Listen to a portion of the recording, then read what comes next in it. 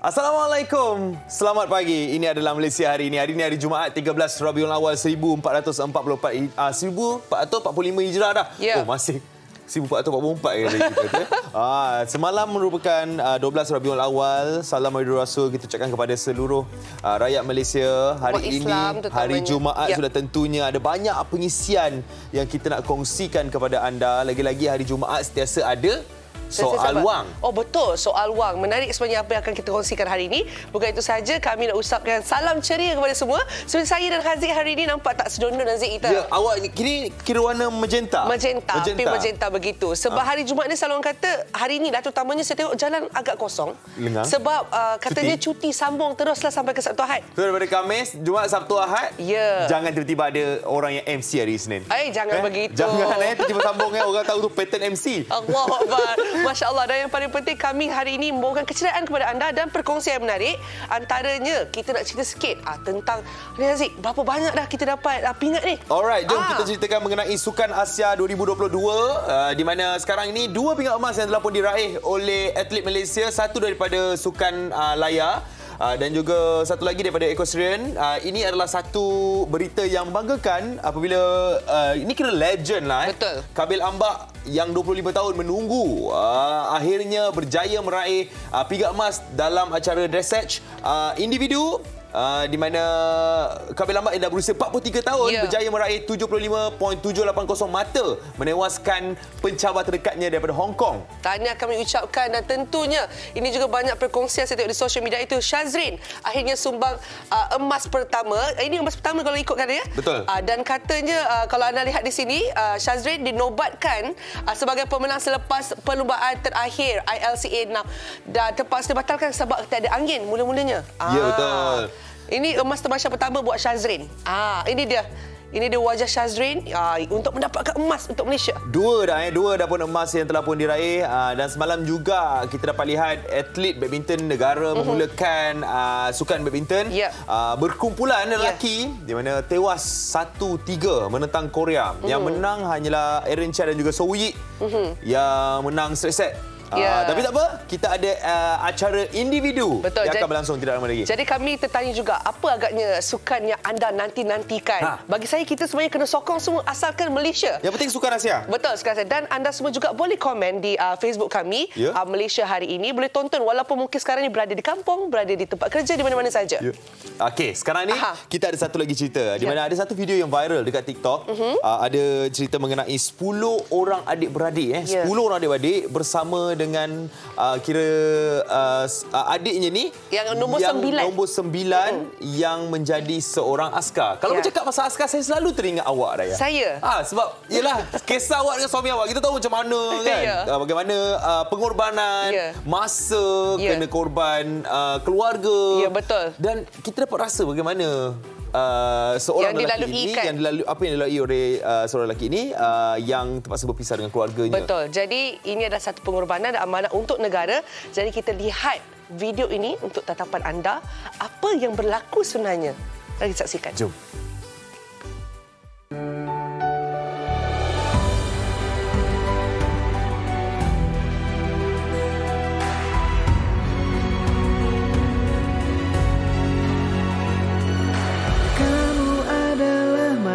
Yang ku gak bisa menenteramkan jiwa. Tuntunlah cinta kami sampai surga. Duhai sang pemilik cinta, dengan bismillah.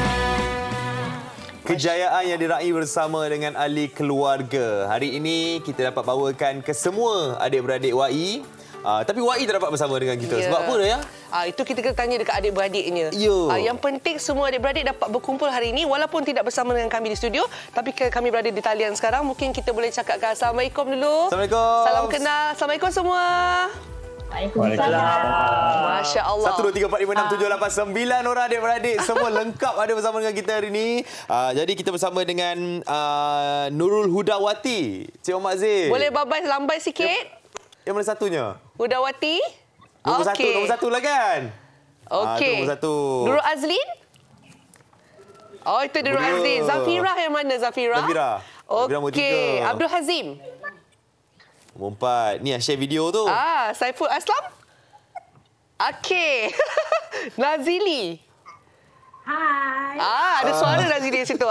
Arif. Ya. Okey, dan Faizun. Ya. Yang paling bongsu ni Takif. Okey, baik. Okey. Masya Allah. Okey, jadi 10 orang adik-beradik menyambut kiranya ataupun meraihkan ya. Kejayaan. Kiranya habis latihan ketenteraan untuk menjadi seorang tentera lah. Kiranya di Pusazda. Untuk WAI dalam semua adik-beradik ni, adakah WAI yang pertama menjadi seorang tentera? Mungkin boleh kongsikan salah seorang. Mungkin kita tanya kakak sulung. Hudawati. Hudawati. Adakah memang WAI seorang saja? Assalamualaikum. Waalaikumsalam. Terima kasih. Okey, dalam adik-adik kami 10 orang memang Pak Ipin sajalah seorang askar. Dan dialah ada seorang lagi lah, tapi bukan dalam askar, seorang lagi anggota polis lah. Baik. Dia seorang je beruniform askar. Baik. Ya. Okey. Dan kami difahamkan sebenarnya WAI ini kira meneruskan legasi ayahnya yang merupakan juga seorang askar sebelum ini. Jadi kita tanya dekat abang Abdul Azim lah. Adakah memang WAI bagi tahu dari sekolah dulu memang cakap memang nak jadi askar lah bila dah besar nanti? Okey, Assalamualaikum. Dia daripada kecil lagi memang minat askar. Memang dulu masa kecil kita orang bukan kemampuan, jadi nak arwah mak tu sempatlah beli baju. And then hari-hari malam pun dia nak tidur pakai baju tu. Masya-Allah. Baik. Dari kecil lah. Okey. Dan kalau diikutkan minat tu terus dibawa sampailah sekarang jadi kenyataan, alhamdulillah. Dan memang kalau ikutkan menyayat hati sebab katanya antara semua ini WAI yang kiranya duduk di Terengganu menjaga arwah ibu bapanya, betul ke? Betul? Betul. Sepanjang arwah pergi tinggal kami, arwah Ma 2018, mana Abah 2022, memang WAI dengan adik saya bongsu perempuan, baby yang kita orang panggil Faizun, memang dia lah yang menjaga sampai akhir hayat. Masya Allah. Semoga diberikan ganjaran pahala kepada semua sebenarnya, dan terutamanya untuk WAI dan juga baby katanya tadi ya. Dan kalau diikutkan ya, perasaan semua adik-beradik, saya sangat-sangat nak tahu ya. Sebab suami saya juga seorang tentera, tapi untuk adik-beradik melihat WAI habis latihan memakai baju uniform sebagai seorang tentera, apakah perasaan kalian? Mungkin salah seorang daripada anda. Azlin lah, kita tanya Azlin. Boleh. Azlin, mungkin boleh tolong jawab? Okey, boleh. Terima kasih atas jemputan. Okey, pertama untuk pendapat saya ataupun daripada saya punya perasaan, pertama sekali apabila WAI datang mendekati kami untuk memberi tabik hormat, apa yang di mata saya adalah, yang saya nampak adalah arwah abah saya. Yang pertama sekali, dia seakan-akan arwah abah kembali kepada kami, berjumpa dengan kami. Dan untuk WAI Mubin, memang semuanya adik-beradik kami gembira dan terima kasih kerana merealisasikan impian abah kami sekaligus menggembirakan hati kami. Memang sebenarnya tak ada kata-kata, tapi yang saya boleh daripada perasaan saya sebagai seorang kakak, seolah-olah arwah abah kembali kepada kami dan melihat kejayaan ini. Gambar ni sebenarnya pun buatkan kita sebab juga sebenarnya, Azlin. Kalau kita tengok gambar ni, gambar yang sedang ditayangkan sekarang ini, ada gambar kesemua adik-beradik dan di belakang tu ada gambar arwah ayah dan juga arwah ibu. Betul, tu arwah Ma dan arwah abah saya. Kerana mereka, kami berdiri di situ, insya-Allah, alhamdulillah, berkat doa mereka.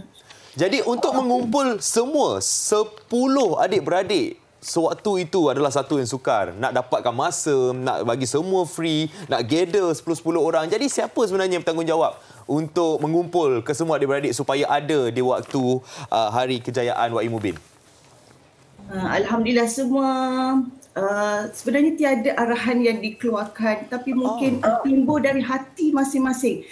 That is my brother, that is adik saya yang banyak berkorban untuk mak abah. Tak ada pun yang keluarkan arahan, tapi dah keluar tarikh 23 September, Cik WAI, dikenali sebagai Cik WAI di kalangan anak-anak saudara. 23 September 2023 adalah tarikh passing out untuk Cik Wai. Semua bekerjasama. Untuk makluman kami semua ni ada yang dari Terengganu, dari Selangor, dari Pahang, dari PD pun ada sebenarnya, daripada Negeri Sembilan sendiri pun ada, tapi satu perasaan yang semua hendak hadir. Macam itulah, Alhamdulillah yang tu. Baik, kalau dilihatkan kan, katanya tak ada pun macam semua wajib datang, tapi sebab sifat rasa sayang dan juga bangga dan juga tanggungjawab terhadap adik-beradik. Dan siapa sebenarnya yang keluarkan idea untuk menghasilkan portret, saya nampak seperti portret digital tu, untuk diberikan kepada WAI sebenarnya? Idea siapa? Saiful boleh jawab, Saiful? Saiful Aslam? Oh baik, okey. Tak apa, panggilan agak teknikal terganggu sedikit. Tapi Haziq, memang sebenarnya kalau nak tahu, setiap kali saya tengok acara di Pusasda ni, memang selalunya ada 1001 kisah.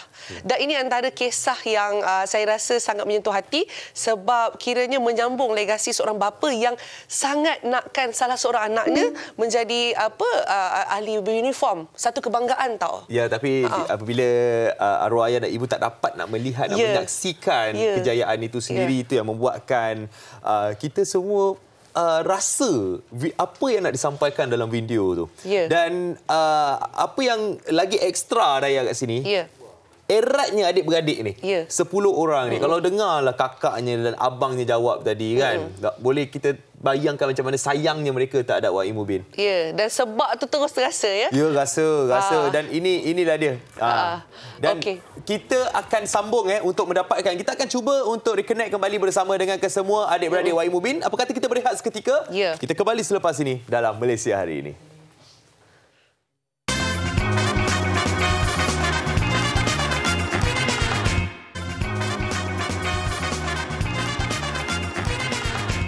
Ya, setiap tahun apabila kita bercakap mengenai Maulidur Rasul, apabila sampainya 12 Rabiul Awal, pastinya kita akan tunggu siapa yang akan menangi anugerah Maulidur Rasul 1445 Hijrah. Ya, dan kita sebenarnya sangat berbesar hati dapat bersama dengan seorang yang lebih dikenali sebagai cikgu kalau kita panggil. Ya, betul. Yang berkhidmat selama 35 tahun yang mendapat anugerah ini. Jadi mungkin kita boleh kenalkan Haziq. Ya, salah seorang penerimanya, penerima anugerah Maulidur Rasul 1445 Hijrah, iaitu Hajah Syariah Dahman, ataupun kita lebih kenali sebagai cikgu. Assalamualaikum cikgu.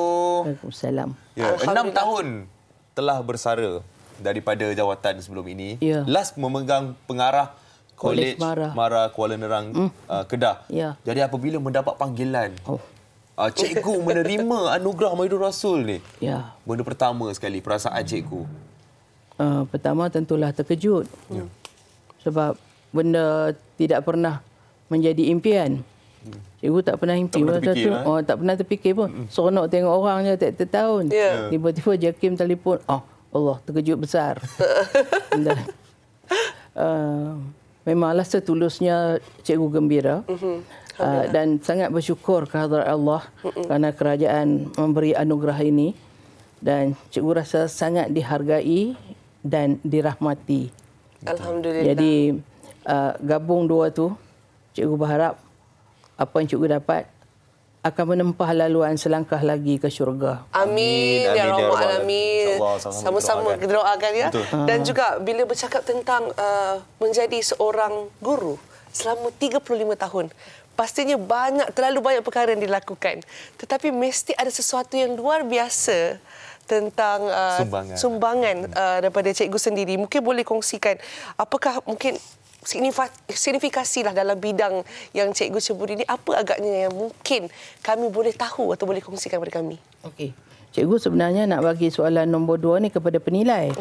Sebab penilai yang tahu apa yang signifikan. Kalau tanya diri sendiri, tentulah cikgu rasa cikgu telah melaksanakan apa yang diamanahkan oleh MARA, terutamanya dalam memberi kebahagiaan kepada penduduk-penduduk luar bandar dan memberi cahaya kepada pelajar-pelajar di luar bandar untuk mengenali MARA dan meneruskan pengajian di institusi MARA. Banyak sekali cikgu jelajah ke kampung-kampung, terutama sekolah-sekolah di luar bandar, menemui ibu bapa mereka, dan akhirnya terus menyemarakkan semangat mereka untuk datang ke Kolej MARA Kuala Nerang terutamanya. Sebab sebelum cikgu pergi, Kuala Nerang itu nama aja kolejnya di Kuala Nerang. Tidak ada pun pelajar-pelajar Kuala Nerang yang masuk ke situ. Sebab mereka tak tahu macam mana laluannya. Apa benda yang sepatutnya mereka lulus dulu sebelum masuk. Dan inilah yang mesej yang cikgu sampaikan kepada penduduk-penduduk Parlimen Padang Terap bahawa Kolej Mara adalah untuk mereka. Dan alhamdulillah pada tahun pertama cikgu pergi itu lebih 30 orang pelajar-pelajar di sekitar Kolej Mara yang melanjutkan pengajian ke Kolej Mara. Dan selepas tu memang bertambah, orang semua dah mula tahu. Ni kena ada first step tu, kena ada orang pertama yang buat tu. Kena kan. Dan cikgu bersama dengan tim pelaksana cikgu, kaunselornya, timbalan pengarah haiwan pelajarnya dan guru-guru yang memang nak kata terlatih tidak, tetapi memang mereka mempunyai minat yang mendalam untuk pembangunan pelajar-pelajar luar bandar. Jadi senanglah cikgu buat kerja. Betul kan. Sebenarnya banyak bakat-bakat dekat sangat, luar bandar. sangat banyak ya. Cikgu. Dan saya salah seorang anak Mara. Oh ya kah? Saya daripada diploma, degree. Patut bagus. Alhamdulillah. Saya salah seorang yang orang kata berbakat tadi. Alhamdulillah. Okey, jadi tapi cikgu, setiap tahun kita akan ada sambutan Maulidur Rasul peringkat kebangsaan. Jadi mungkin cikgu nak memberikan sedikit pandangan bagaimana dengan inisiatif kerajaan yang setiap tahun, saban tahun menganjurkan sambutan Maulidur Rasul peringkat kebangsaan ni. Dah dilakukan setiap tahun tu, bersiri tu, tentulah sangat bagus. Betul. Dan patutnya diteruskan. Cuma cikgu, pada pandangan cikgu, adalah terlebih baik kalau kita menerobos ke ruang-ruang yang bukan saja daripada penjawat awam macam cikgu, tetapi kita pergi pada orang individu yang berjaya, petani yang berjaya, nelayan yang berjaya. Siapa yang kata terima kasih kepada mereka? Kita kena luaskan skop kita untuk memberi anugerah kepada orang-orang yang menyumbang terus kepada ekonomi negara, tapi selama ini mereka terlindung. Betul juga. Masya Allah. Setuju. Bila saya dengar apa cikgu ni cuba katakan, sampaikan, maksudnya kita harus mengangkat mereka-mereka yang orang kata unsung hero pun ia juga, kan? Betul ya? Dan kalau diikutkan sebagai seorang penerima anugerah Maulidur Rasul, mungkin kita tahu cikgu dah bersara selama 6 tahun. Tapi mungkin kalau ada perancangan atau aktiviti yang lain untuk menyokong kiranya konsep daripada Kerajaan Madani ini sendiri, mungkin cikgu boleh kongsikan. Sebagai pesara, sudah tentulah ada kegiatan-kegiatan yang terbatas untuk cikgu lakukan. Tetapi kalau kita memikirkan terbatas, memang kita tak boleh buat apa. Jadi kadang-kadang cikgu lupa tak cikgu bersara. Apabila cikgu dijemput ke institusi untuk bercakap pada pelajar, kepada warga kerja, terasa macam belum bersara ni. Macam bagus ya perhimpunan pagi, apa semua. Dan cikgu rasa ada usaha yang boleh lagi cikgu lakukan, terutama dalam memberi latihan kepada pelajar dan juga warga kerja. Yang lainnya, cikgu banyak buat kerja-kerja, nak kata kebajikan tu tak tahulah, tapi kerja-kerja yang menyeronokkan diri dan juga orang ramai. Cikgu dengan pelajar-pelajar, tadi dengan guru-guru, sekarang ni dengan pelajar-pelajar, bekas pelajar yang pernah cikgu didik dari tahun 80 hingga ke tahun 2022. Ramai sangat, berkelulusan macam-macam. Mereka ni pun menunggu masa digerakkan. Mereka sangat berminat nak buat kerja. Setengahnya mempunyai duit yang sangat banyak. Setengahnya pula pengajiannya sangat tinggi. Macam mana nak bagi tahu orang bukan nak membangga diri tapi nak berkhidmat. Dan mereka ini mengumpulkan dana, kita bagi sumbangan kepada rumah anak yatim, kepada rumah warga emas, pada rumah orang tua, orang muda macam saya tak payah bagilah. Sebab masih muda. Nanti tua baru cikgu bagi. Tapi cikgu, harapan cikgu lah mungkin terhadap rakyat Malaysia kan, berkaitan dengan penghayatan kita dalam menyambut sambutan Maulidur Rasul SAW peringkat kebangsaan untuk setiap tahun ni. Cikgu. Cikgu amat berharap dan bersukacita sekiranya rakyat Malaysia memahami mengapa sambutan Maah Hijrah diadakan, mengapa wujudnya perkataan sambutan Maulidin Rasul. Jadi sekurang-kurangnya setahun sekali kita diperingatkan untuk cinta Rasul. Jadi selain daripada ingat cinta, program yang kerajaan buat, terutamanya sambutan Ma'al Hijrah, hendaknya semua orang bukan saja melihat siapa yang menang, tapi melihat apa lagi yang mereka boleh dapat manfaat daripada tokoh-tokoh ini melalui program-program yang diaturkan oleh kerajaan. InsyaAllah. Semangat minatnya kepada apa yang ditinggalkan oleh Nabi yang kita kasihi adalah penting untuk kita amalkan dalam kehidupan. Baik. Ya, betul.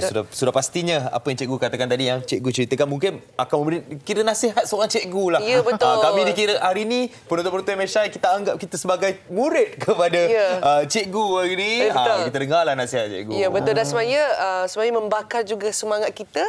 Apa yang saya dapat kumpulkan daripada apa yang cikgu cuba sampaikan, kita hidup ni bukan sekadar untuk kita, tapi kita berbakti, kita beri balik kepada komuniti dan mereka yang memerlukan. Terima kasih banyak-banyak kita ucapkan kepada Puan Hajah Syahriah Dahman. Inilah dia pingatnya. Pingat dimenangi. Alhamdulillah. Oleh Puan Hajah Syahriah Dahman merupakan penerima anugerah Maulidin Rasul sallallahu alaihi wasallam 1445 Hijrah. Terima kasih. Tahniah sekali lagi cikgu. Terima kasih. Sama-sama. Okey, jadi kita nak berehat seketika, kembali selepas ini kita akan cerita mengenai GST dan SST. Selepas ini di Malaysia Hari Ini.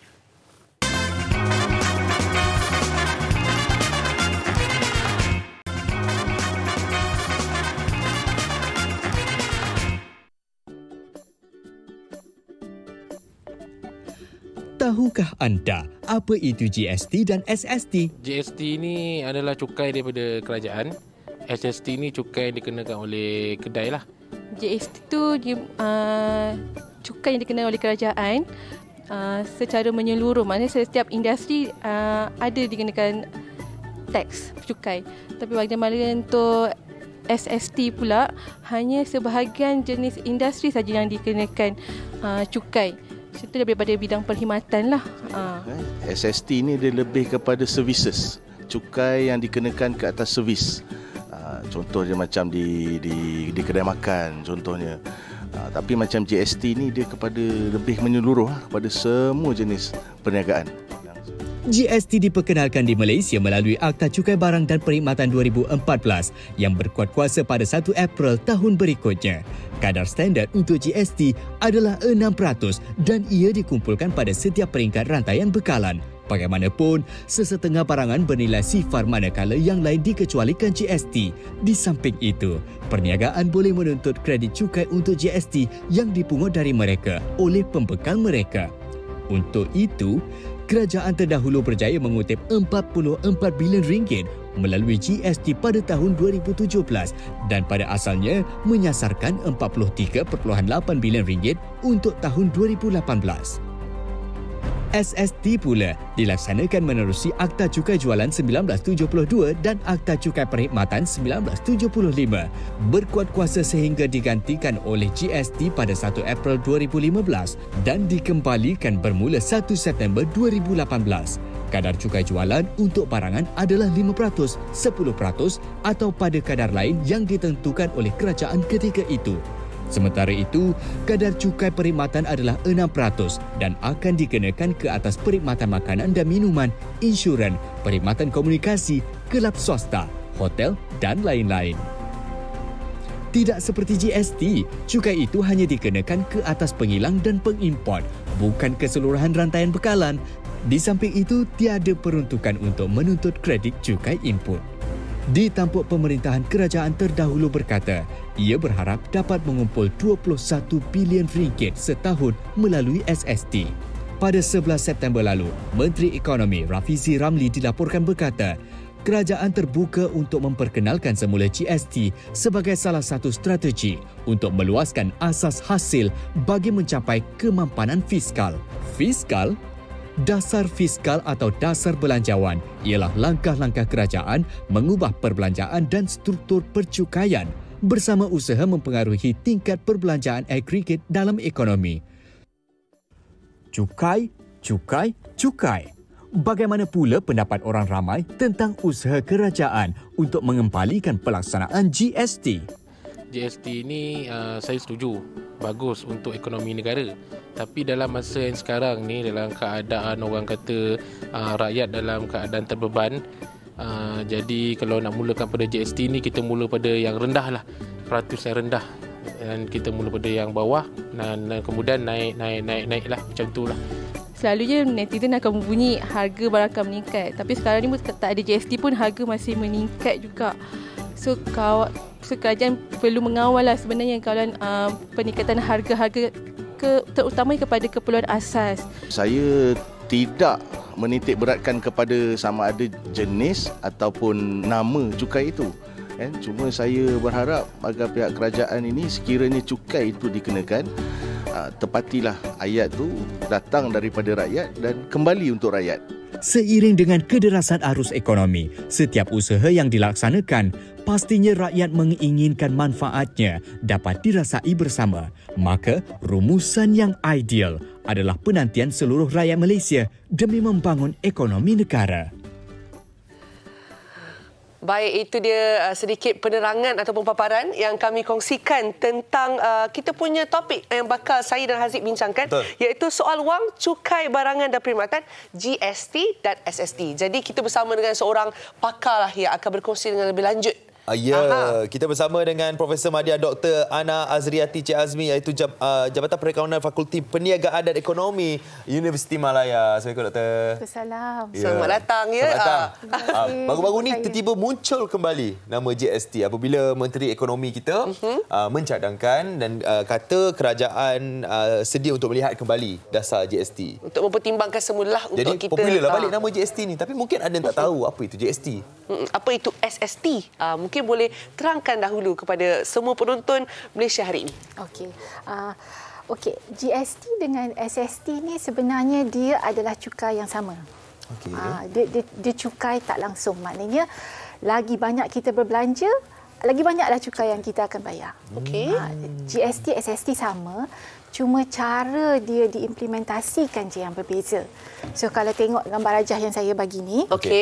So kalau kita tengok SST, so saya bagi contoh pengilang dengan restoran. So kalau pengilang tu dia jual barang dia kena dia akan charge pelanggan dia SST. Pengilang jual kepada pelanggan. Pelanggan dia, so dia akan charge SST atas barang tersebut, cukai itu. So cukai itu akan dibayar kepada kerajaan. Baik, itu akan jadi hasil kerajaan. Baik. Lepas tu katakan kita pergi restoran. Lepas tu kita mesti ada kena bayar cukai kan? Betul. So cukai tu yang kenakan pada kita, yang itu cukai tu akan restoran tu bayar kepada kerajaan. Baik. Samalah. So itu adalah hasil kerajaan. So konsep dia sama bawah SST, tak kisah sama ada di barangan ataupun perkhidmatan. So, SST. GST pula?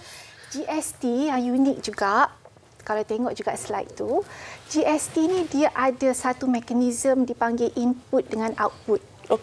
So dia membolehkan, kalau tengok yang positif negatif tu kan, so kita kontrakan input dengan output tu. Maknanya yang kita charge pada pelanggan dan juga kita sendiri bayar kepada barang-barang yang kita beli.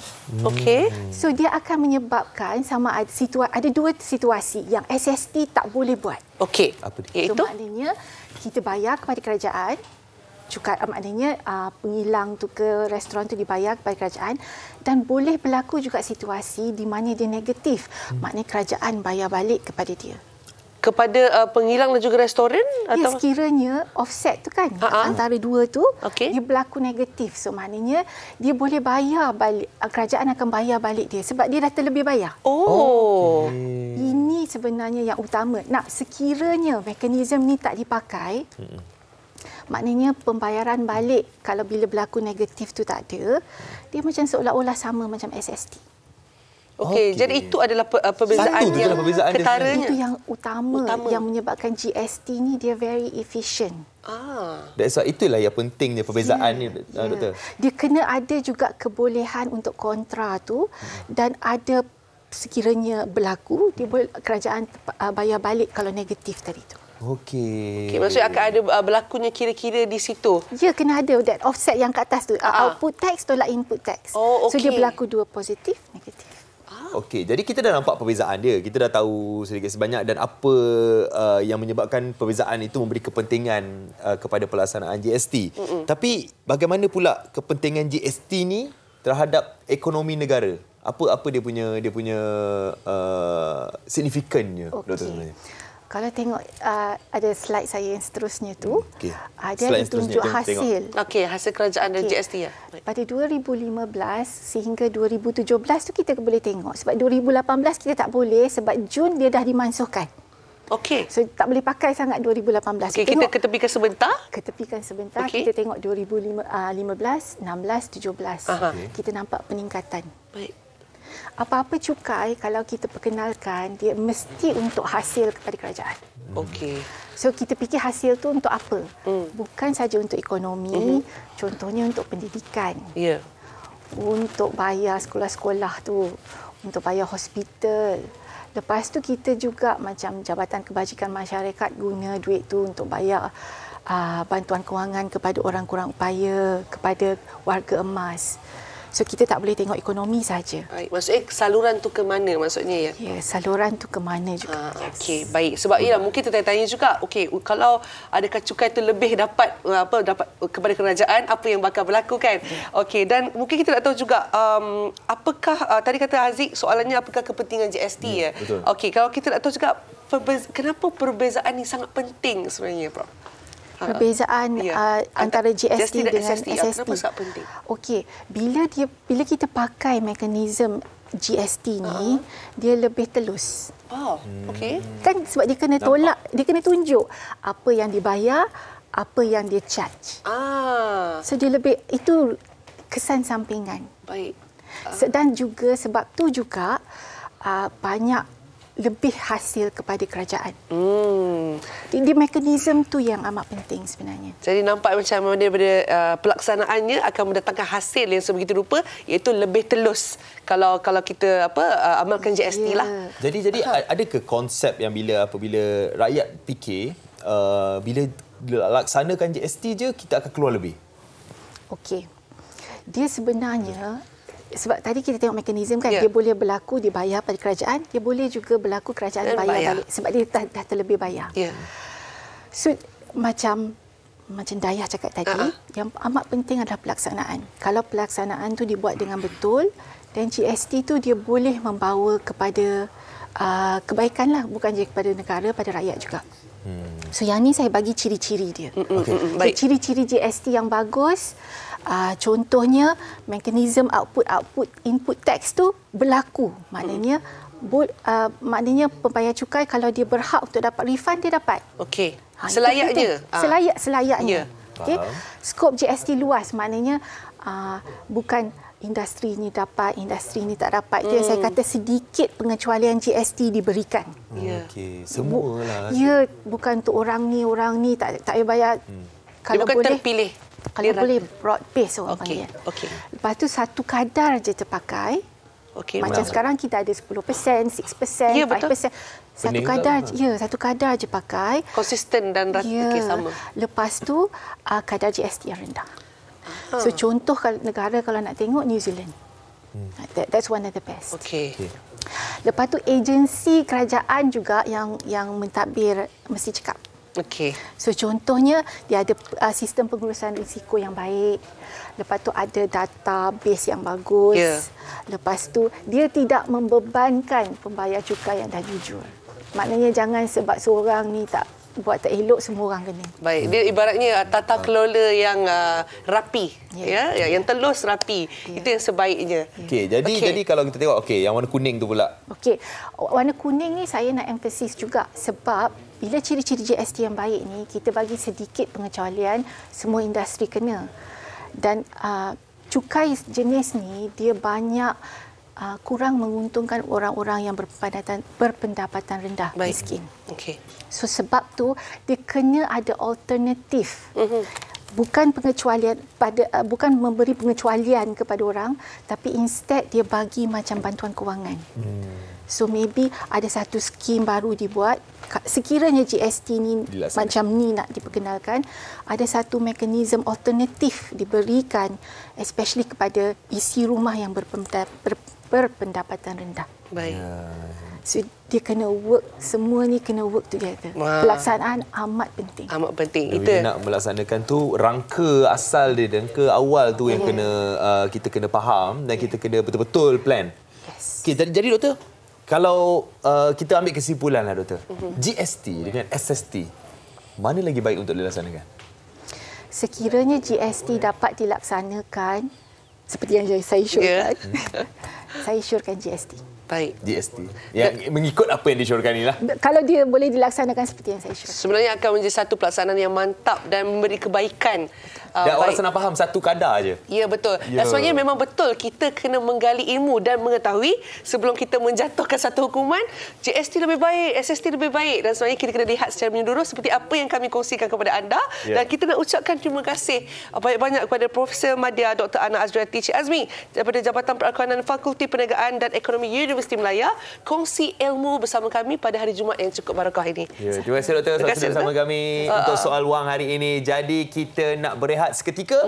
Kembali selepas ini kita ada cerita mengenai peluang untuk anda infak dan juga wakafkan harta anda. Baik, jangan ke mana-mana, terus bersama kami.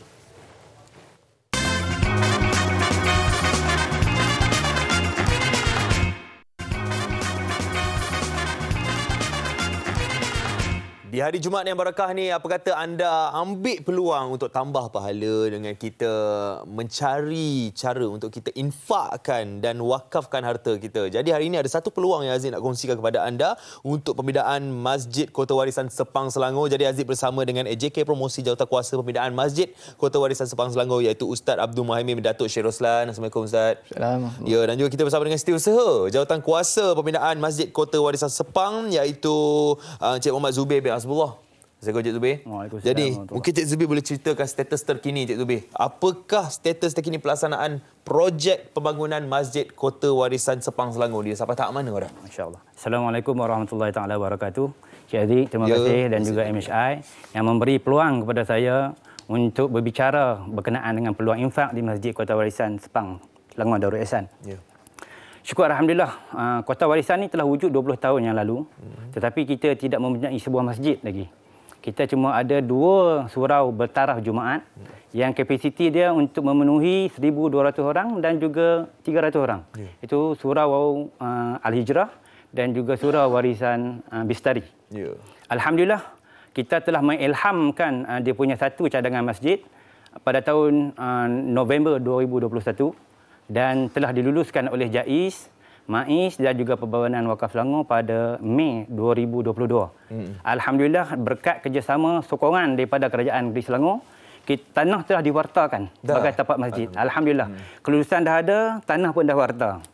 Cuma sekarang ni masalah kita, Cik Aziz, kita kekurangan dana. Betul. Dana kita yang dianggarkan berjumlah 25 juta. Banyak tu. Kemudian sekarang ini dana kita baru terkumpul 4.89 juta.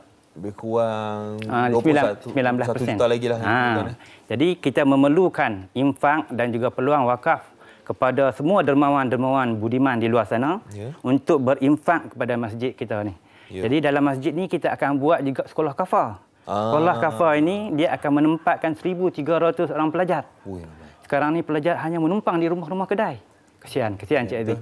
Jadi kita nak merayu, nak memohon kepada dermawan yang budiman di sana untuk berinfak di Masjid Kota Warisan melalui kaedah 2 cara. Apa dia caranya? Satu, melalui online, transfer online. Kita ada QR code, QPay, kemudian kita ada Affinbank, kita ada Maybank, kemudian kita ada RHB Bank. Alhamdulillah, jadi setiap dermawan boleh infak di sana. Cuma niatlah sikit Cik Hafiz, kan? Ya Allah, ini rezeki, ini duit yang kami dapat, kami nak infak untuk Masjid Kota Warisan kerana Allah Ta'ala. Mudah-mudahan andai kata ada pahala daripada infak ini, kami nak sedekahkan kepada arwah bonda, arwah kaum kerabat dan juga semua kaum muslimin di atas muka bumi ini. Mudah-mudahan kita akan mendapat syafaat Nabi di akhirat nanti. Amin. InsyaAllah. InsyaAllah. Kemudian satu lagi, Cik Aziz, kita boleh juga infak secara bersemuka. Face to face. Datang sana. Datang ke pejabat kita di tingkat 2, 35-2, Jalan Warisan Megah 1/5, Kota Warisan. Berhadapan dengan surau Al-Hijrah. Sebab ada pak cik yang datang umur 70-an, 80-an. Nak bayar cash. Naik tangga, 43 anak tangga. Semata-mata nak menyerahkan infak ni. Dia kata, Cik Zubir, ini adalah hasil usaha pakcik yang pakcik anggap sebagai infak pakcik di akhirat nanti. Sebab inilah yang akan membawa bekalan pakcik ke akhirat nanti. Jadi saya nak berdoakan semoga para dermawan di sana dirahmati Allah, dimurahkan rezeki, dipanjangkan umur dan mendapat syafaat Nabi di akhirat nanti untuk membantu membina rumah Allah di Masjid Kota Warisan Sepang Selangor ni. InsyaAllah. Dan daripada Encik Zubir tadi pun kita nampak ada banyak kebaikannya bila kita berinfak dan juga berwakaf ni. Tapi mungkin kita nak tahu lebih lanjut lagi, lebih mendalam lagi daripada Ustaz Muhaimin sendiri. Jadi Ustaz, bagaimana Ustaz? Apa saranan Ustaz dan juga mungkin nak ceritakan apa kebaikan kita berinfak ni Ustaz? Baik. Mengambil kesempatan dalam bulan Rabiul Awal ini, bulan kelahiran Nabi SAW, antara perkara yang boleh kita highlightkan adalah tentang mencontohi dan meneladani Rasulullah SAW. Laqad kana lakum fi Rasulillahi uswatun hasanah. Sesungguhnya pada Rasulullah SAW itu contoh tauladan untuk diri kita sebagai sumber ketaatan kepada Allah. Justru dalam konteks memberi ini, sudah pasti Rasulullah SAW meninggalkan kepada kita warisan kebahagiaan melalui sifat kedermawanan. Jadi dalam meneladani sifat kedermawanan Nabi SAW ini, kata Sayyidina Ibnu Abbas radhiyallahu anhuma, kana Nabi SAW ajwadan nas. Nabi SAW adalah manusia yang paling pemurah. Macam mana? Fali Rasulullah SAW ajwadu bil khairi minar rihil mursalah. Sungguh dermawan Nabi SAW itu lebih laju daripada angin yang bertiup kencang. Jadi bila kita nak meladani sifat ini dengan melakukan infak dan bersedekah untuk pembinaan Masjid Kota Warisan, sudah pasti Rasulullah SAW akan gembira dan berbangga. Bahkan berhimpun pula kebaikan pada hari Jumaat pada bulan Rabiul Awal, bulan kelahiran Nabi SAW. Dan saya percaya para penonton di luar sana pasti sangat-sangat inginkan untuk bersedekah. Tapi keperluan dan komitmen kita kadang-kadang membataskan niat kita. Betul? Jangan risau. Kata Nabi SAW, man bana masjidan lillah kamafhasi qatatin aw asghar banallahu lahu baitan fil jannah. Barang siapa yang membina masjid kerana Allah, walaupun sebesar sarang burung pipit, hari ini mungkin seketul bata, sebiji bata, Allah Ta'ala akan membina kepadanya sebuah rumah di dalam syurga. Masya Allah. Baru sedekah sikit dapat rumah dalam syurga. Kalau sedekah satu bata sebesar sarang burung pipit. Kecil je. Kita anggarkan hari ini sebiji bata. Allah kata, Nabi kata, Allah jamin rumah di dalam syurga. Kalau kita bagi banyak, macam mana keadaan rumah kita itu dalam syurga nanti, insya-Allah. InsyaAllah. Daripada apa yang kita dengar daripada Ustaz, daripada Encik Zubir sendiri, banyak kebaikan kita berinfak ni. Jadi carilah peluang ni. Lagi-lagi dari Jumaat dan bulan yang mulia ni, untuk kita dapatkan peluang untuk berinfak. Sekali lagi, bagaimana caranya? Bolehlah scan QR code ataupun tengok nombor akaun yang ada di kaca TV anda sekarang. Jadi kita ucapkan terima kasih kepada Ustaz Abdul Muhaimin bin Datuk Syed Roslan, AJK Promosi Jawatankuasa Pembinaan Masjid Kota Warisan Sepang Selangor, dan juga Encik Muhammad Zubir bin Hasbullah, Setiausaha Jawatankuasa Pembinaan Masjid Kota Warisan Sepang Selangor, dengan kehadiran, insya-Allah kita doakan dengan kehadiran Ustaz dan juga Encik Zubir dapat banyak lagi, dapat kumpul dana untuk pembinaan Masjid Kota Warisan Sepang Selangor. Jadi itu antara peluang untuk anda berinfak ni. Tapi Daya pula ambil peluang untuk rehat, ya? Bukan ambil peluang untuk rehat. Untuk menarik nafas, untuk berkongsi ni tentang Minggu Saham Amanah Malaysia 2023 di Bertam Pulau Pinang. Jadi kepada anda semua, Minggu Saham Amanah Malaysia 2023 sedang diadakan di Bertam Pulau Pinang dan banyak aktiviti menarik yang sedang dijalankan di sana. Seperti boleh buka akaun ASB di Reurai ASNB, buka akaun di Maybank, dan paling penting sebenarnya anda dapat menangi banyak hadiah-hadiah yang menarik, seperti sebuah rumah yang berharga RM500,000, ada kereta, motor dan sebagainya. Jadi jemput semua ahli keluarga untuk datang beramai-ramai ke MSAM 2023 daripada 30 September 2023 hingga 7 Oktober 2023. Jangan lupa, okey, ramai-ramai ke MSAM 2023. Okey. Alright. Aziz, ada banyak lagi benda yang kita nak bagi tahu kepada anda, tapi kan tadi ingat tak mula-mula start MSI tadi kita bersama dengan family adik-beradik Wai Mubin. Iaitu seorang yang dibanggakan adik-beradiknya, iaitu menjadi seorang tentera. Tadi line terputus kan? Line terputus. Kita dah dapat kembali dah 9 adik-beradik Wai Mubin bersama dengan kita masih ada di talian sekarang ni, tapi dah bertukar tempat dah. Saya dah lupa dah yang mana satu siapa kan. Tapi kita teruskan dengan soalan-soalan kita bercerita mengenai video lah yang telah pun dipost ni kan. Jadi kalau kita tengok daripada video tu, kita dapat rasa keakraban adik-beradik ni sendiri. Dan Haziq, tadi saya ada satu soalan yang tersangkut tadi. Yang tertinggal tu. Yang sebab kalau tengok potret itu, potret yang dihadiahkan kan, yang disurprisekan tu, ada gambar apa yang adik yang disambutnya, waktu itu, dan juga gambar arwah ibu bapa. Dan kami diberitahu sebenarnya gambar itu dilukis oleh Wai sendiri. Boleh kongsikan tak tentang kebenarannya? Ceritakan dengan kami. Ya, tadi kita minta Saiful jawab kan, Saiful? Ya, Haziq. Ya. Silakan Saiful. Gambar tu sebenarnya kami adik-beradik sepakat untuk bagi hadiah kepada Wai. Okey. Tapi untuk pengetahuan Haziq dengan Dayah juga, kami terkejut juga sebab gambar tersebut sama dengan gambar yang dilukis oleh Wai ketika dalam camp. Masya Allah. Ketika dia bagi tahu saya, ketika saya ambil dia dalam camp untuk berjumpa dengan adik-beradik, dia kata dia rindu dekat arwah. Sebab tu dia gabungkan gambar arwah dengan dia yang beruniform. Baik, jadi itu juga gambar yang anda semua tidak menyangka, yang anda kiranya bagi kejutan, tapi anda semua pun terkejut juga kiranya kan. Terkejut sendiri. Okey, jadi perwatakan lah Wai Mubin ni sendiri kan. Daripada kecil macam mana? Adakah dia seorang yang serius? Mungkin Nazili boleh ceritakan mengenai Wai Mubin ni sendiri. Adakah memang nampak dia ni daripada kecil watak dia sama macam arwah ayah ke? Watak sebagai seorang tentera. Boleh kongsikan? Nazili dengar? Okey. Nurul Nazili, silakan. Tak dengar ke? Tak dengar kot. Nurul Nazili dengar tak? Okey, tak apa. Kalau mungkin Nazili orang lain. Arif, jawab Arif. Arif? Ada tak Arif? Assalamualaikum. Assalam. Saya sebagai abang, dari kecil Wai ni macam arwah abah lah. Ada sedikit serba kuranglah dia. Dengar tak? Dengar. Silakan. Okey. Masa perangai Wai ni dia okey, macam dia suka macam paper surat khabar kan. Dia suka tampal dekat dinding, macam pemain bola, kuda. Okey. Dah semalam diberitahu gambar Wai keluar dari metro kan.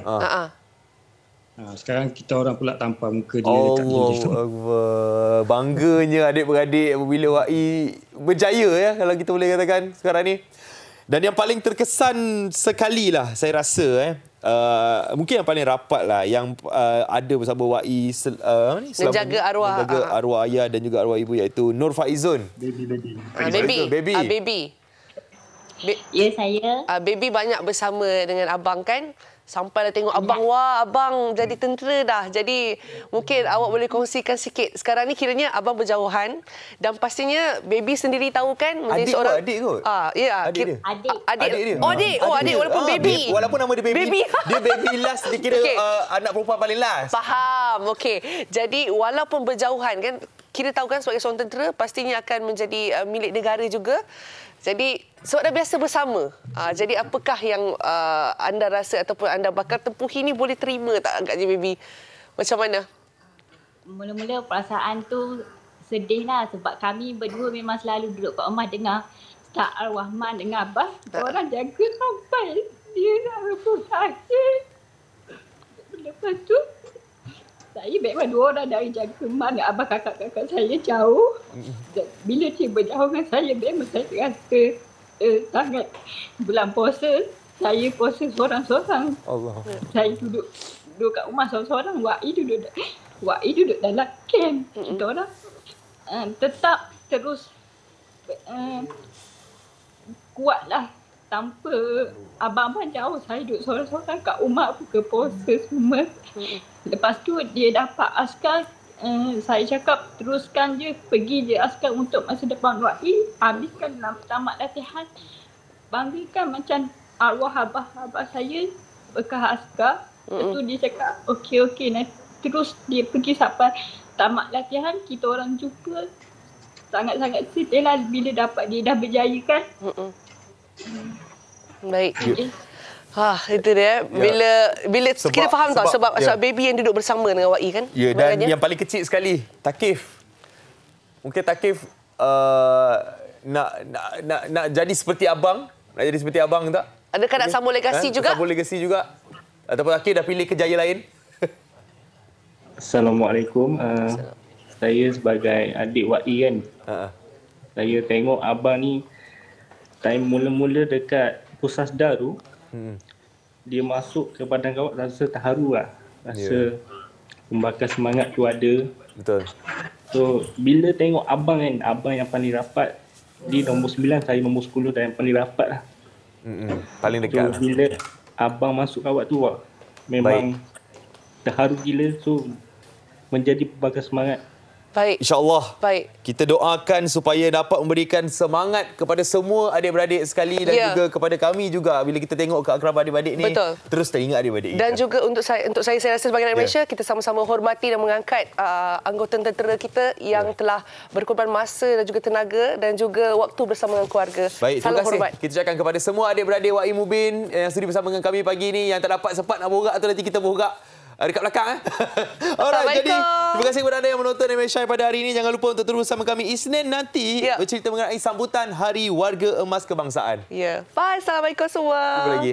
Salam.